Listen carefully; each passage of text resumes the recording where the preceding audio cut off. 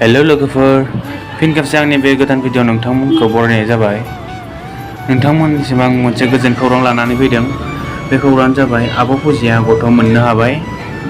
ओमफ्राय नोंथांमोननि गोसोआव बे सोंलु फैनो हागौ बे गथ'आ हौवासा ना हिनजावसा। बे सोंनायनि फिननायखौ होनायनि सिगां आं नोंथांमोनखौ गुरै खावलायोदि आंनि संबिजि ब्लग चेनेलखौ नोंथांमोना साबस्क्राइब खालाम आरो लोगोसे बेल आइकनखौबो दाबायना हो, मानोना गोदान गोदान आपडेट बिदिनो आं लाबोबाय थागोन नोंथांमोननिसिम।